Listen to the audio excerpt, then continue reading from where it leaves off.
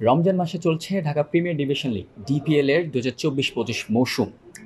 কাঠখরা রোদে পুড়ে ক্রিকেটাররা খেলছেন মাঠে, আর সেখানে কমেন্ট্রি করছেন আহমেদ বিন পারভেজ ভাই আমাদের সাথে আজ তিনিই রয়েছেন। পারভেজ ভাই, সবার আগে welcome to our show. Thank you. Right, আমি যদি ভুল না করে থাকি, প্রায় গত 10 বছর ধরে আপনি ডিপিএল ফলো করছেন এবং এইবার প্রথম একটানা এক নাগারে কমেন্ট্রি করে যাচ্ছেন ডিপিএলে। কেমন লাগছে ডিপিএলে কমেন্ট্রি করে, সবার আগে যদি বলেন।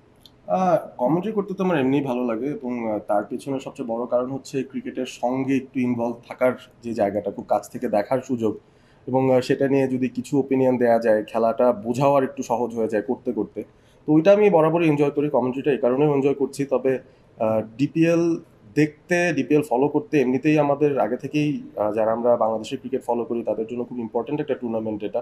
কারণ যে ফরম্যাটটা দিয়ে বেসিক্যালি বাংলাদেশের ক্রিকেটের মূল মানচিত্রে তাদের যে জায়গা রাখা, সেই জায়গাটাই কিন্তু আসলে ওডিআই ক্রিকেট ছিল এবং সেটার পেছনে ডিপিএল এর একটা বিশাল ভূমিকা ছিল। সো সেই জায়গা থেকে ডিপিএল খুব ভালোভাবে ফলো করা হয়। ডোমেস্টিক সার্কিটে আসলে কারা আছেন, কারা কেমন করছেন এবং সেটার উপর একটা আলাদা চোখ সবারই থাকে, আলাদা নজর থাকে। সো ওই দিক থেকে ডিপিএল অবভিয়াসলি সবাই মোটামুটি আমরা ফলো করি যারা ক্রিকেট ফলোয়ার্স, এবং কমেন্ট্রি করতে গিয়ে আরও একটু কাছ থেকে দেখার বোঝার সুযোগ হচ্ছে আর কি। রাইট, 10 বছর ধরে ডিপিএল ফলো করছেন, আর এখন এই 10 বছরের যে পার্থক্যটা ডিপিএল এর, সেটা কিভাবে দেখছেন? উন্নতি হয়েছে নাকি আরো ডাউন হয়েছে কোয়ালিটি?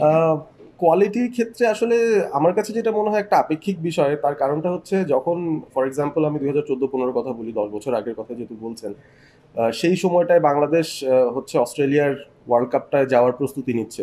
2014 শেষে একটা ডিপিএল হয়েছিল যেখানে ভালো পারফর্ম করা কিছু ক্রিকেটার তারা কিন্তু সুযোগও পেয়েছিলেন 2015 ওয়ার্ল্ড কাপে, তখন হাতুড়া সিংহে কোচ ছিলেন। সো ডিপিএল এর উপর নির্ভর করেই অনেক সময় প্লেয়ারদের চুজ করা লেগেছিল। তবে সেই সময়টাতেও আমরা যখন দেখি যে পারফর্মাররা পারফর্ম করছিলেন, লিটন দাস সেই সময় মাত্র উঠছিলেন, সৌম্য সরকাররা ডিপিএলে পারফর্ম করে তারপরে ন্যাশনাল টিমে জায়গা করেছেন, একটা ক্লোজনেস ছিল ওয়ার্ল্ড লেভেলে যে দলগুলো আছে তাদের পারফরমেন্স লেভেলে। এখন বাংলাদেশ তখন ইংল্যান্ডকে হারিয়ে দিচ্ছে কিংবা ফাইট দিচ্ছে বাকি দলগুলোর এগেনস্টে, খুব ভালো একটা ক্লোজ নিট ফাইট হয় টপ 10 টিমসগুলোর মধ্যে। তবে যত সময় গড়িয়েছে 10 বছরের মধ্যে আমরা যদি দেখি, অন্তত ওডিআই ক্রিকেটটায় আমার কাছে মনে হয় বাংলাদেশ বাকি দলগুলোর তুলনায় বেশ কয়েক বছর পেছনে চলে গেছে আমার কাছে মনে হচ্ছে। এখানে ডিপিএল এর রোলটা কেমন, সেটা আসলে একটা আবারও আপেক্ষিক ব্যাপার। ডিপিএল এর কোয়ালিটির সাথে এটার কোনো সামঞ্জস্য আছে কিনা। তবে এই মুহূর্তে যে ধরনের ক্রিকেটার আমরা পাচ্ছি, আমার কাছে মনে হচ্ছে যে ওয়ানডে ক্রিকেট খেলার যেই মাইন্ডসেট বা ওয়ানডে ক্রিকেটটা বোঝার যে মাইন্ডসেট, সেই মাইন্ডসেটের বাইরের অনেক ক্রিকেটাররা এখন কিন্তু ডিপিএলটা খেলছেন। এবং সেটার কারণে আমরা আসলে ডিপিএল এর যেই ম্যাচগুলো দেখছি, ম্যাচের প্যাটার্নগুলো দেখছি, প্যাটার্নের মধ্যে সেটা আমরা একদম রিফ্লেকশনটা পাচ্ছি যে আসলে এই 50 ওভারটা কিভাবে খেলতে হবে, এই ম্যাচের অ্যাপ্রোচটা কেমন হওয়া উচিত, সেটা নিয়ে একটা কনফিউশন বোধহয় রয়ে গেছে প্লেয়ারদের মধ্যে। সে কারণে তারা ঠিকমতো গুছিয়ে খেলাটা খেলতে পারছে না। এটা কিন্তু অকল্পনীয় একটা বিষয় ছিল ইভেন 10 বছর আগেও। কারণ আমরা অনেক সময় বলতাম যে এটা আমাদের ন্যাচারালি ভালো করার একটা ট্রেড। ওডিআইটা আমরা সবচেয়ে ভালো খেলি বা 50 ওভার গেমটাই আমরা সবচেয়ে ভালো বুঝি। এই জায়গাটাতেও যখন দেখছি একটা ক্রাইসিস, এটা কিন্তু খানিকটা শঙ্কার কারণ এই মুহূর্তে।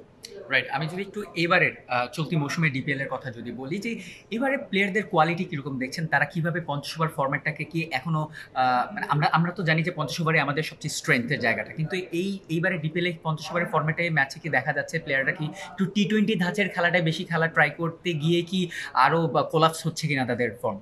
আমার কাছে মনে হচ্ছে যে যে বেসিকটা নিয়ে এখন ক্রিকেটাররা আসছেন, স্পেশালি এজ লেভেল ক্রিকেট যদি বলি, কিংবা আশপাশে যে ধরনের ক্রিকেট খেলে আপনি টাকা রোজগার করতে পারবেন, সেটা কিন্তু আসলে টি-20। দিন শেষে আপনাকে এটা মেনেই নিতে হবে যে টি-20 ইজ দ্য গেম যেখান থেকে টাকা আসছে এই মুহূর্তে।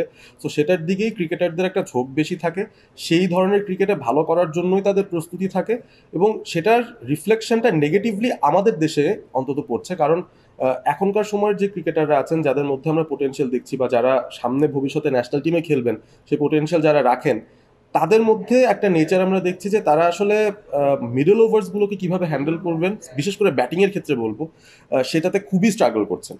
আমরা আমাদের ন্যাশনাল টিমের কথাতেও যদি যাই, আমরা 2015-এর যেই সময়টার কথা বলছি, যে একটা বছরে বাংলাদেশ আসলে একাধিক ওডিআই সিরিজ জিতেছিল, অকল্পনীয় একটা ব্যাপার ছিল। ইন্ডিয়া, পাকিস্তান, সাউথ আফ্রিকা সবাইকে সিরিজে হারানো, এবং তার পরবর্তীতে চ্যাম্পিয়ন্স ট্রফি পর্যন্ত, ইভেন 2019 পর্যন্ত বাংলাদেশের যে ওডিআইয়ের যাত্রাটা, সেই 4-5 বছর মিডল ওভার্সে কিন্তু বাংলাদেশ কখনো স্ট্রাগল করেনি এবং সেটার পেছনে নিশ্চয়ই একটা কারণ ছিল। মিডল ওভার্সে কীভাবে হ্যান্ডেল করতে হবে সিচুয়েশনটা, ঝুঁকি না নিয়ে কীভাবে স্ট্রাইক রোটেট করে রানগুলো বের করে আনতে হবে, সেই বিষয়টাই সিদ্ধহস্ত ছিলেন সেই সময়ের ব্যাটাররা। নাম আলাদা করে উল্লেখ করতে চাইছি না। তবে এই মুহূর্তে যেই ক্রিকেটাররা রয়েছেন আমার কাছে মনে হয় যে টি-20 ধাঁচের ক্রিকেট খেলতে গিয়ে যেটা হচ্ছে তাদের দুটো গিয়ার আমি দেখছি। গিয়ার নাম্বার 1 ডেড ব্যাট পেতে দিবেন, ডিফেন্ড করবেন। গিয়ার নাম্বার 2 বড় শটে যাবেন।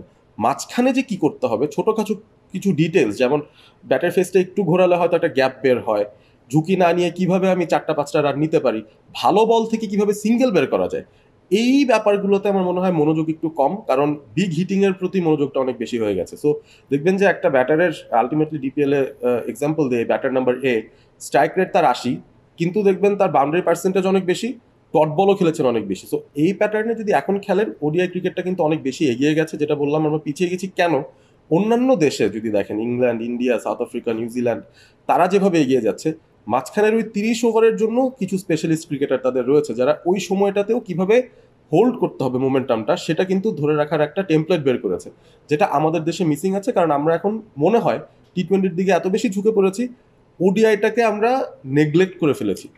মানে আমরা আগে ভাবতাম যে টেস্টের জন্য আলাদা আহ, একটা থিঙ্ক ট্যাঙ্ক তৈরি করা লাগবে, টি-20-র জন্য আলাদা একটা থিঙ্ক ট্যাঙ্ক লাগবে। আমার মনে হচ্ছে এই সময় বাংলাদেশের জন্য ওডিআইয়ের জন্য আলাদা একটা থিঙ্ক ট্যাঙ্ক তৈরি করা প্রয়োজন, কারণ না হলে ব্যাটিংয়ের যে সিচুয়েশনটা দেখছি আমি, সেখান থেকে উত্তরণের উপায় আমরা খুব সহজে খুঁজে পাবো না। তবু শর্ট করে যদি জানতে চাই যে এই 50 ওভার ফরম্যাটে আবার বাংলাদেশ তার স্ট্রেংথ রিগেইন করার জন্য কি কি করা যেতে পারে? ডিফিকাল্ট টু অ্যান্সার আসলে, এটাও খুব কঠিন প্রশ্ন, কারণ এত মিক্স অ্যান্ড ম্যাচ হচ্ছে, বিভিন্ন ফরম্যাটে বারবার আমাদের ঘুরে ফিরে খেলতে হয়। একটা বছরের এফটিপিতে দেখা যাচ্ছে একই সিরিজে টি-20ও আসছে, ওডিআই আছে, টেস্টও আছে। আমার কাছে মনে হয় সবচেয়ে সহজ যেই বেসিক বিষয় যেটা লজিক্যাল, সেটা হচ্ছে ফরম্যাট বিচারে খেলোয়াড়দের আলাদা করে ফেলা এবং তাদের জন্য আলাদা কিছু ক্যাম্পের ব্যবস্থা করা, এবং কিছু তৈরি ক্রিকেটার, যেমন টেস্টের যদি একটা কোর্ট থাকে, এক্সাম্পল দিই মমিনুল সেই কোরের একটা ডেফিনিট অংশ হয়ে থাকেন, আমরা সেটাই দেখছি। তিনি টেস্ট স্পেশালিস্ট বা একটা তকমা পেয়ে গেছেন, টেস্টের জন্য তাকে সবার আগে বিবেচনা করা হয়। ফর্ম ভালো থাক খারাপ থাক সেটা পরের ব্যাপার, but he is a specialist. So টি-20 স্পেশালিস্ট হিসেবে কিছু ক্রিকেটারকে আমরা সেই ক্যাটাগরিতে রাখি। সো ওডিআই এর জন্য আমার কাছে মনে হয় কিছু স্পেশালিস্ট, এবং স্পেশালি ব্যাটিং এর জন্য মিডল অর্ডারে কারা খেলবেন এই ভয়েডটা ফিল আপ করার জন্য একটা তো কিছু একটা করা লাগবে ব্যবস্থা, একটা আলাদা থিঙ্ক ট্যাঙ্ক তৈরি করা প্রয়োজন, একটা ক্যাম্প রাখা প্রয়োজন, এবং এই কোর্টটা তৈরি করার জন্য যে ধরনের প্রস্তুতি দরকার সেটা করতে হবে। কারণ আমি একটা ব্যাপার একদম বলে দিতে পারি, কয়েক বছরের ডিপিএল নিয়ে অনেক কমপ্লেন ছিল যে উইকেটগুলো ভালো না, এজন্য ব্যাটাররা পর্যাপ্ত পরিমাণ রান পাচ্ছেন না। বাট এই উইকেটগুলো নিয়ে আসলে কমপ্লেন করার কিছু নেই, খুবই ভালো স্পোর্টিং উইকেট, এখানে রান ওঠার কথা। কিছু টিমস রানও পাচ্ছে, কিছু খেলোয়াড়রা পজিটিভ ইন্টেন্ট দিয়ে রানও বের করতে পারছেন, কিন্তু অনেকেই পাচ্ছেন না। কেন পাচ্ছেন না সেই কেনর উত্তরটা বের করতে হবে। এতগুলো ডট বল আমরা প্রতি ম্যাচে দেখছি হচ্ছে, এই বড় প্রবলেমটা কিভাবে সলভ করতে হবে মনে হয় সেই ধাঁধার উত্তরটা আমাদের খুঁজে বের করা লাগবে আগে। থ্যাংক ইউ পারস ভাই আমাদের সাথে জয়েন করার জন্য। 50 ওভারের ফরম্যাটে কি বাংলাদেশ দিনকে দিন পিছিয়ে যাচ্ছে? যদি পিছিয়ে যাচ্ছে তাহলে সেটি নিয়ে বিসিবি এখনো কোনো ব্যবস্থা নিচ্ছে না কেন? সেটি দ্রুতই নেই এবং বাংলাদেশের ক্রিকেট দ্রুতই উন্নতি করুক। মিরপুর শেরেবাংলা জাতীয় ক্রিকেট স্টেডিয়াম থেকে মোস্তাফিজুর রহমান প্রান্ত, দ্য বিজনেস স্ট্যান্ডার্ড।